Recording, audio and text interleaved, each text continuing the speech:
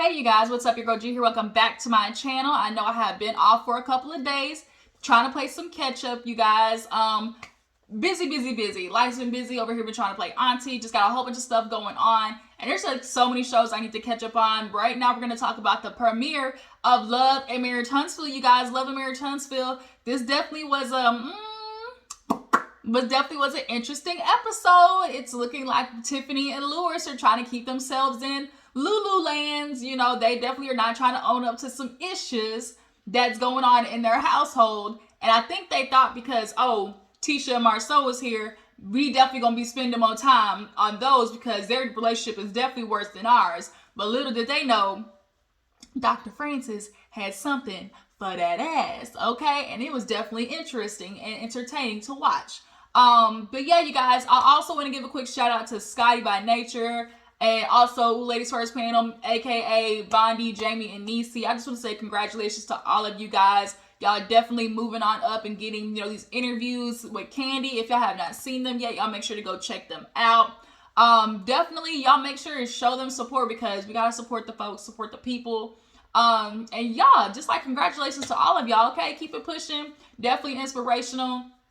I remember when I used to watch all of these people and, when I would be in physical therapy, I used to watch, Bondi and Scotty and all of them. So to finally, I guess almost be in some sort of just like communication with any of them is like kind of crazy, So, yeah, it's just go congratulate them. Just go congratulate them. Life is funny how it works. So y'all make sure if there's any dreams that you have out there, make sure to push for them. Everybody has a purpose. Everybody has, something in life that they want to accomplish and achieve. And y'all make sure to do it. Shoot, I'm out here trying to find, my purpose for myself. And I feel like I know what it is, but I'm just having a battle of what happens when God says your purpose is something different than what you thought it was, That may be something like, just have a heart-to-heart on this channel. Sometimes you just need to get it all out on the table. Nonetheless, y'all, what do need to get on the table is Love and Marriage Huntsville, okay? So let's go ahead and get into that. Y'all, so we open up, okay, with Martel, of course, where they picked up, which is Martel taking the kids over to Melody's, hosting shindig. And at this point, it's awkward. It's hella awkward. Melody's not going to give him the time of day. I'm not going to do small talk with you. He is, at the end of the day, feeling like, it's bittersweet. Of course, I want the kids to be here to see, congratulate their mom and, see that they did something great. But it's also, for the kids, it's a good thing. But for me, it's bittersweet. And anytime you see him around Melody, like, he gets this face of just, like, longing, like, damn, like, you can see it is written all over your face. Martel, you fucked up, didn't you? You fucked up, didn't you, Martel? Like, you see it, like, all on him, just kind of like this, damn, like, shoulda, woulda, coulda, but you thought she was gonna stick around. That's the problem with you niggas. Y'all be pushing the woman's boundaries, and y'all push for how much she's supposed to take, and it's like, out of y'all's, I think how many years they were married? Like 11, 12 years or something of marriage. You've been cheating on her for 6, and you had a baby, and you got the bitch pregnant multiple times. No, Martel, for the birds. So yeah, Melody's keeping it pushing, and he's feeling somewhat, I guess, proud of himself because, it was my week, but I still, brought the kids when he was talking to his mama. We're gonna get into Miss Marlene. But yeah, Miss Van came in and talked to Melody, and she was like, I'm surprised he brought him, but, I'll take it. It's whatever. So we move on. We actually see, speaking of Martel, we'll just get into him talking to Miss Marlene. Basically, he go over to pick her up for the last day of school, and, they talking. He lets her know that, that's all he wanted to say. It was my week, but, I just felt like it was important for the kids to be able to, go support their mom. That was something that I did. It was like, sir, we know what you're trying to do. You're trying to give off, the appearance like, I'm doing something nice because it's my week. I didn't have to take them. I could have not did it. And it was like,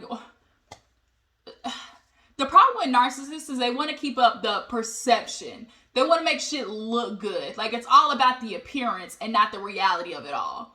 And sir, the reality of it all is the reason that you have to split up weeks and separations and days and months with your kids is because you couldn't keep what Melody said, you could have kept your penis in your household. Like, you couldn't do it. You became community dick. And can't nobody be married to community dick, okay? Especially one that's raw dogging, okay? Because now you done brought something back and now my pH is all flipped up. Like, no, we can't do that, sir.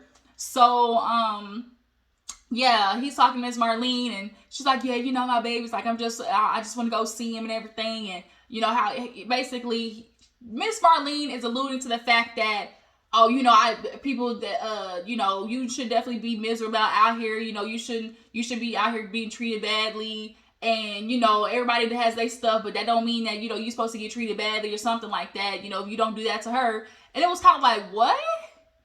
So you feel like because he did this one nice thing of, you know, taking the kids to go see her, like, that's supposed to negate everything else your son has did, Miss Marlene? And have y'all noticed Miss Marlene is the only mother who has not gone to reunions? I tweeted that the other day. I was like, this woman is avoiding the reunions because at the end of the day, I don't think she's prepared to acknowledge the fact of, acknowledge and take responsibility for how much Martel's ways she's low-key responsible for. She babied the fuck out of him. Point blank period. Point blank period. And then he's got daddy issues. It's just kind of like, Miss Marlene, like, your son isn't just getting all of this, like, backlash for no reason. Like, you think it's just coming out of nowhere? Like, but they, she was like, yeah, you know, I think Mel, you know, she used to, she was thinking that I was talking about her and her mom, and I got no reason to talk about, you know, her and her mama. And, you know, Martel's like, well, you know, if you see her, would things be good? And she was like, yeah, you know, she's the mother of my grandbabies, you know, everything will be good. You know, I ain't got no problem with that. I'm not tripping, basically. But it's just kind of like, I think Melody and Miss Marlene definitely are due for a conversation, because Miss Marlene, you can't sit here and ignore the fact that your son's actions play a huge part in where everybody is in life right now, okay? But speaking of everybody in life, Kimmy, Maurice pull up, you know, Dr. Francis, on people. I just want to say, I fucks with you, okay? That's just, because all last season, everybody was like, we need more Dr. Francis, because Dr. Francis is going to call these nickels out. Period. And we said more Dr. Francis, and you know what they gave us? A whole ass couples retreat. I said, there you go. On, that's what you're supposed to do, because Dr. Francis be on it, okay? I swear Dr. Francis needs to take over Miss Iyanla's spot, because I've been wanting Miss Iyanla to come back, but I think she's tired. I think she said, I can't do it no more. And I get it, Miss Iyanla. So if we can't get Iyanla, we need Dr. Francis, like Hope with Dr. Francis or some shit like that, okay? To help people, because a black man like that being able to talk to other black men, like, I feel like it's definitely needed to crack these niggas open, because the state of black men right now is just not good. And we're not going to keep acting like it's not and like blaming, the white man. Like, the white man can only be an issue, but so much. Like, there's some responsibilities that a lot of you niggas got to take. Period. And Dr. Francis is here for all of that. And he got into Tiffany's ass too. Okay? But Kimmy and Maurice get there first, and of course, you know, Kimmy makes the joke, oh, my husband, you know, you fixed my husband, and Dr. Francis was like, even his face was kind of like, nigga, but he was like, what, fix? And he was like, yeah, you fixed me. Like, that's all Maurice keeps saying. In his confessional, him and Marceau literally almost had the same response. Oh, I'm fixed. Oh, yeah. Hey. You gonna wave and then say bye? Mama. Yeah. Keep busting in here, baby D. No. Yeah. Let's go. You go bye-bye? No. Yeah. Come here. You gotta go bye-bye. Bye-bye. Yeah. Yeah, come on. Let's Say go. bye-bye. Bye. Talking about Marceau and the Scott brothers. If y'all know my little niece, she be busting up in here. That's Naomi. She's gonna be busting up in here for a while now. That's my little Bam Bam, our little Tasmanian devil. Okay, don't know when the police gonna kick the door in. That's how she is. Don't know when the police gonna kick the door in. But nonetheless, you guys, Scott, the Scott brothers. So basically, you know, Maurice is in the confessional. Oh, I mean, I'm fixed. Like, there's what on earth could there possibly be more that I need to do? Like, he fixed me. And of course, Kimmy is just kind of like, Kimmy is holding her tongue way too much with Maurice. Like, you can tell it's starting to get to a point where, like, Kimmy's exhausted. Kimmy's holding her tongue a lot with Maurice because she knows if she starts going off on that nigga for real, she gonna hurt his feelings. She gonna hurt his feelings. Point blank, period. But his I'm fixed, and then, you know, he was like, well, you know, when we leave, is Kimmy gonna be fixed? And then the woman, Dr. Francis' wife, was like, depends on her willingness to be fixed. And she was like, well, you know, I'm willing. And then so they sit down. So then Tiffany and Big Lou, you know, come on. A moment on the lips is forever on the hips. Big Lulu, he come in, and, you know, Tiffany and him are talking to Dr. Francis, and he's basically letting them know, like, okay, what we're here for. I'm not here for a vacation. I'm not here to tell you what you want to hear. I'm here to make sure to give y'all tools to go through life in a better way, to figure out the best answers for your marriage for it to work better and differently, because obviously shit ain't all hunky-dory. So we're waiting on Marceau and Tisha. So Kimmy calls Tisha and was like, hey, what's up? And I can tell immediately by Tisha's response, some bullshit. I mean, sorry, you know, we were struggling, like we couldn't find a babysitter. Then it was, oh my God, you know, it's just traffic. So Dr. Francis was keeping up with the lies. He was like, first it was the babysitters, then, oh, you know, it was working late, traffic, like, and so Kimmy was like, well, you need to hurry up. Dr. Francis is waiting. And then you hear Marceau in the back go, Dr. Francis. And it was kind of like, oh yeah, Tisha didn't mention that to Marceau, and I'm glad she did, because Marceau is refusing to change anything about his behavior, which is tragic. To be with somebody who refuses to change for the betterment of a relationship, to me, sound like I get a burning in my stomach, because it's just kind of like, that's what you signed up for y'all to be evolving and changing and growing people, but to do it together, so both of you can be the best versions of yourself.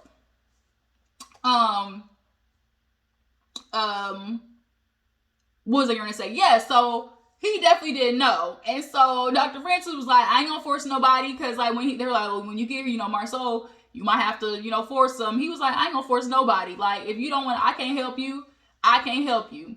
So Tiffany gets a call, right? And so she was like, you know, speaking of work, no, because she was, no. So she gets a call, gotta go. And so at that moment, literally, Dr. Francis is writing on the board. He was like, you know, we not gonna be playing games, you know, time your like commitment. And then when she gets up and leaves, he's like, commitment, you know. And so Lewis is like, well, you know, I'm here, you know, this something we discussed, but you know, I'm here, I can only say but so much. So they basically leave, and he's like, so you good? And she was like, yeah, you know, just answer emails, you know. And he was like, well, you know, you're gonna hear about commitment when we get back, basically. So everybody comes back, sits back down, and so, you know, Dr. Francis addresses the fact that, Tiffany, like, this is your marriage, and that's something that you need to prioritize. And there's, you know, things of scheduling. And she's like, well, I told my husband I put this on the schedule, and I couldn't do it. I couldn't change it. And he was like, well, you gonna schedule your way out of a marriage. Like, of course, depending on where you are in life, things take a certain order.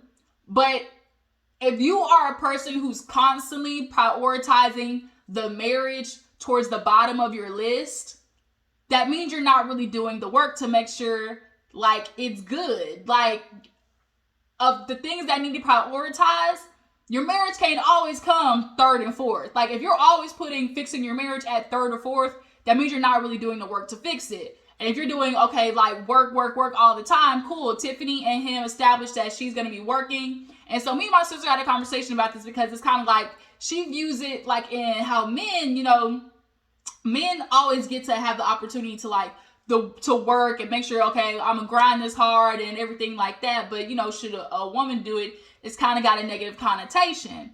And then, like, from my point of view, I see it as like, okay, Tiffany's working, but making sure, because even though they did have this agreement, it doesn't mean that Lewis can't have validity and having complaints about not having enough time with his wife. Because I think Lewis is quiet out of, you know, feeling like, well, dang, we make this agreement, so I don't really have a right to say or complain about not having any time because we agreed that she would work more, basically. So Tiffany, she's fighting back. Well, this is what works for us, and this is what we already agreed about. I talked about it with my husband. So, maybe I should disclose that to you. And it was just kind of like, Tiffany, bitch. Even Kimmy was like, now, Tiffany, girl, like, we even talked about how there was issues and how there was, discrepancies of what's going on. So it's just kind of like, are y'all really addressing it? And so Dr. Francis was like asking Lewis a question, and he was like, Lewis, like, answer it as if like you're not scared of what her reaction is going to be. Oh, that's my wife, I'm gonna protect her. And it's like, first of all, protect her from what? Like, what are you needing to protect her from, Lewis? Like, what? And so finally at that time, Marceau and Tisha pull up, and unfortunately her friend passed away literally on the way. And even in times of Marceau consoling Tisha, I just don't get a genuine vibe from him. I really don't. And this being, I don't know if y'all, I feel like sometimes in life there's like a divine intervention. And, maybe her friend, I'm thinking out there, like her friend passing at this moment, for this to be where she was going out right now. Maybe this was like a parting gift from her friend, like in a weird universal existential way, like of like, I know my friend, needs this, and, granted, it's unfortunate that her friend passed away, but the timing of it being like, because Marceau wouldn't have taken none of this shit seriously had the friend not passed away. Let's be real. Let's be honest. It wasn't until now he in the confessional, it's just moments like this that make you realize, like, the people who are around you and the things that you don't need to take for granted. And, it's just making me realize, like, okay, yeah, I definitely need to be here and address the issues and work on things with my wife. And it's like, had that tragedy not happened, Marceau would have like just paid this dust, period. So a part of me kind of feels like, the friend in a way, just like divine intervention, universal way, just kind of like left in that timing for Tisha, if you can kind of get what I'm saying, So they get in there, and of course it's time to talk about everything. So everybody's getting dressed for, the night. So we see this little scene with Mel and Stormy. She has a little piece room, super cute. I definitely want to get some sound bowls. I love the way I used to do sound bowls in like my therapy center growing up. And so like, I just love the way it sounds when you put the little rod on there. It's just so relaxing. But nonetheless, they're basically having conversations about Martel bringing the kids, and does this mean that we're taking a step forward? And, you can never, which way the wind blows with Martel's bald-headed bipolar ass, you don't know what he's doing.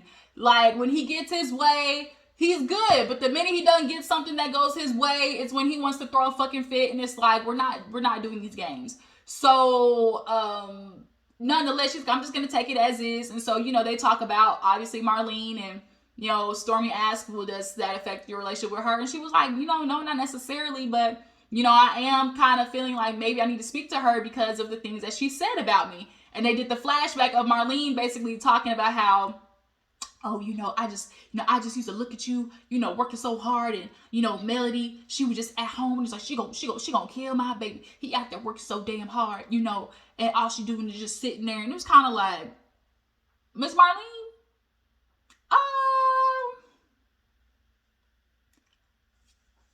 and that's why Melody's like, clearly I ain't lazy because, bitch, look where I'm at. Like, I can't be that lazy, one. And secondly, your husband couldn't have been able to do no work without Melody passing the damn test. Like, your son still ain't got no builder's license. He still ain't got no builder's license, Miss Marlene. Your son still ain't got no builder's license, and he works in real estate. Ma'am, you gonna have to cut it the fuck out with that. But that's how she felt. Oh, she just working my baby. No, Melody's not working your baby. The babies is working your baby. Mal's got to get fed, Miss Marlene. He kept creating kids with Melody, so you think he's not going to have to work to make sure the kids got food, clothes, and shelter, and light, and all that type of stuff? That ain't got nothing to do with Melody. I've got everything to do with the fact that your son is shooting the club up. That's what I got to deal with. The fuck? So nonetheless, she's feeling like maybe I got to talk to Miss Marlene, but overall, she's not going to have any, like, she's not going to not have a relationship with her because at the end of the day, like, they've been in each other's life for a long time. But Martel, on the other hand, Miss Van, like, I can't fuck with you, kid, because you trying to tear my daughter down, so I can't mess with you like that. So, was there, so everybody does like the little, the game, because they were like, you like to play games, and they looked at Tiffany and Lewis. I was like, oh shit, here we go. So the couples basically had to tie their ankles together and walk, and Dr. Francis used this exercise basically as couples are going to always have to figure out in whatever moment's notice, okay, who's going to take charge this time, who's going to lead the way this time, and how do we do it together? So Marceau and Tisha, they were good. I think they were good in the aspect of, even though their shit is dysfunctional, they know how to function in the dysfunction. Like, what do they call it? Functional dysfunction? That's them. That's literally them to a T. So even though their relationship is dysfunctional as fuck, like, they're so used to it. And Tisha's used to Marceau's energy. She always acquiesces to him. So there's not really a battle there because she never fights back with Marceau. So then we get Big Lou and Tiffany, and she's damn near barely cooperating, if you ask me. Like, I think Tiffany enjoys, like, there's something about Tiffany, like, I'm not liking. Like, there's a side to her that I'm realizing is very quite selfish, like, in a way that's just kind of like, I don't know, like, there's just something about Tiffany I just can't quite put my finger on it that's just giving me she's giving me the ick. And she bosses around Lewis in a way where it's just kind of like, do you care about his feelings? Like, do you care about him and his decisions, period? Like, oh, just pick me up. And so he pick her up, right? And then we get to Kimmy and Maurice. This is one of the things where it's like, Maurice, I'm starting not to like Maurice damn near as much as Marceau, because, see, Maurice is different in the aspect of that nigga play games. He like, Marceau, he's a wordsmith, but see, Maurice, he's a jokester. He like to joke his way out of shit and like use sarcasm, like, and so Kimmy's trying to walk, but because he's trying to be so, make sure he's taking the lead, and he's trying to make it seem like she's trying to take the lead, but in all actuality, she's just trying to get comfortable. She's like, I'm not trying to take the lead, like, you're just squeezing me really tight, like, loosen up. Oh, well, then I'll just let go. And it's like, that's not what she said. Like, now you're being sarcastic, and now you're intentionally not listening and not trying to get what I'm trying to say. Like, I feel like sometimes men intentionally try not to get what women are saying, because in understanding what she's saying, that means you have to acknowledge where you need to fix the shit that you're doing wrong at. And Kimmy simply saying, hey, like, dang, loosen up. I can't follow you. I can't walk with you if you all up on me. So everybody goes to the room. Dr. Francis is peeping. He's peeping, he's peeping. All right. So everybody goes back to the room, and, Marcel was like, teacher, you said this is going to be like a couples trip. She's like, it is. He said, no, this is couples therapy. Yes, gotcha. Gimme gotcha. Yahtzee. Yes, Marcel, take your ass to therapy. You can't keep avoiding it. So Kimmy asks, and Maurice are talking, and he's doing this like real smug, when we were walking, and, it just kind of seemed like when I was taking the lead, things were going smoothly. But then, for some reason, when you tried to take the lead, that's when it all fell apart. And, girl. No. All right, I'm back. So, I was talking about how Maurice just like very smugly was just kind of like, oh, but then when you tried to take lead, it just seemed that everything just kind of fell apart. And Kimmy just kind of was like, oh, really? Like, okay. And it really sucks because Kimmy's in a relationship with a nigga who really isn't on her caliber. But it's so unfortunate because a woman of a certain caliber damn near almost is damned if you do, damned if you don't, because you're not really going to get a man who's necessarily, equally as yoked as you, because the man that's equally as yoked as you, he don't want you. He want a bitch that got nothing. because that doesn't challenge his ego. That doesn't challenge his, quote unquote masculinity, right? That doesn't challenge his leadership, as he wants to say he's putting out there, right? So women who are of a certain caliber, especially in the Black community, you low-key do have to deal with a man of lower standards and lower capacity, because that's all that's left, especially if you want to be race loyal. And so now Kimmy, here it is, stuck with this jokester ass, milk dud head ass nigga who wants to really play games and misunderstand purposely. Like, I didn't say let go. I said you were holding me too tight. And most people would think, oh, shoot, if I'm holding you too tight, let me just, loosen up. That's how most people would think. But it's just kind of like, I feel like Maurice is looking for a way almost to cause strife in their relationship. So when fuck ups do happen, or when a fuck up does pop up that he might have had an indiscretion about here more recently, he can start blaming, oh, we've been going through all this, we've been going through all that, as a scapegoat. And it's like, no, all of that shit you created. Like, Maurice, this episode, Stop spam. I'm so sick of spam calls. So moving on. So we hit the last scene where all the couples are getting together to eat. And, Dr. Francis asked everybody how, their experience was. And, Marceau, he just basically talked about how, it was good to, feel as a couple walking, like knowing no matter what, like we're tethered together. And then they end up talking about how, what happened? Oh, timing, like scheduling and prioritizing. Tisha was asking them, like as a mom, because it's the balance of giving without depleting yourself. Like, you want to give to the other person, but if you have nothing to give to yourself, you certainly ain't got shit to give to the other person. Like, a lot of times women are trying to pour from an empty fucking cup, because a lot of times men are not pouring back into their woman. They're just not. Like, they're just not. Point blank, period. And so Tisha is discussing, like, at the end of the day, like, I have kids. And so then how is it like I find time for him, but also finding time for myself, and then the word kids came and Tiffany perked up and, he was like, oh, what's going on? And she's like, I want a baby.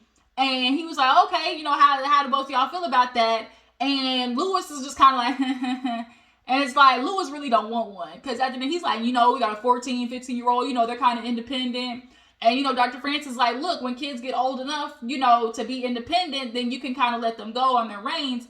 But also you're going to start feeling that empty nest syndrome or empty nesting, where it's like, even after the kids are gone, like, do we even really know each other? That's what happens to a lot of couples. Like, after the kids are out the picture, it's like, damn, do we even really like each other, But, she just like, I want a baby. And, Marceau asked, well, shoot, Lewis, how do you feel? What you think that mean for your sex life? Like, you already not getting none. Well, that's just life, it's just, we just gonna figure it out. And so Francis asked, Tiffany, well, wait a minute. She's like, I've always thrived in chaos. And so Marceau was like, so you gonna bring a baby into chaos? Like, well, I mean, I didn't plan the last one, it's just, I'll make time for it. And it's just kind of like, you can't play with a human's life like that. And Tiffany clearly has issues, and Dr. Francis is good as fuck, because he got it. He nailed it on the head. He was like, well, Tiffany, wait a minute. He was like, so you were adopted? And she was like, yeah. And he was like, okay, adopted at birth, okay. Then you lost your adoptive parents because they were addicted to drugs, okay. Then you got married and then got a divorce. So he's like, that's 3 major losses that, how do you think that's going to affect your relationship going forward? 3 major losses. And she was just kind of like, I never thought about it that way. He was like, it may be as a person, when you aren't going to a therapist and speaking to somebody, you can think your way through life, which is like, you'll just think everything like in your head. And you're either run towards something and become codependent, or run away and, disconnect. And in this chance, like, it seems like you're possibly having a baby, so you feel like nobody's gonna leave you and abandon you. And she admitted in the confessional, it's like, I want a baby so I don't feel alone. Like, I know I'm always gonna have something. Like, honestly, she might not even stay married to Lewis that long, but at least she'll have a damn baby out of it. It's kind of what she feels like. And it's really unfortunate, because at the end of the day, it's like, having kids before you fully healed, or having kids before you've addressed the issues that's going on in your relationship, like it's a very dangerous thing, because then your child becomes collateral damage of all the unresolved traumas and scars and issues. And Tiffany, you got some, okay, boo? You got some, bitch, all right? You definitely got some issues that, you know, need to be addressed. So, they end up getting to Lewis somehow. What was he talking about? She was like,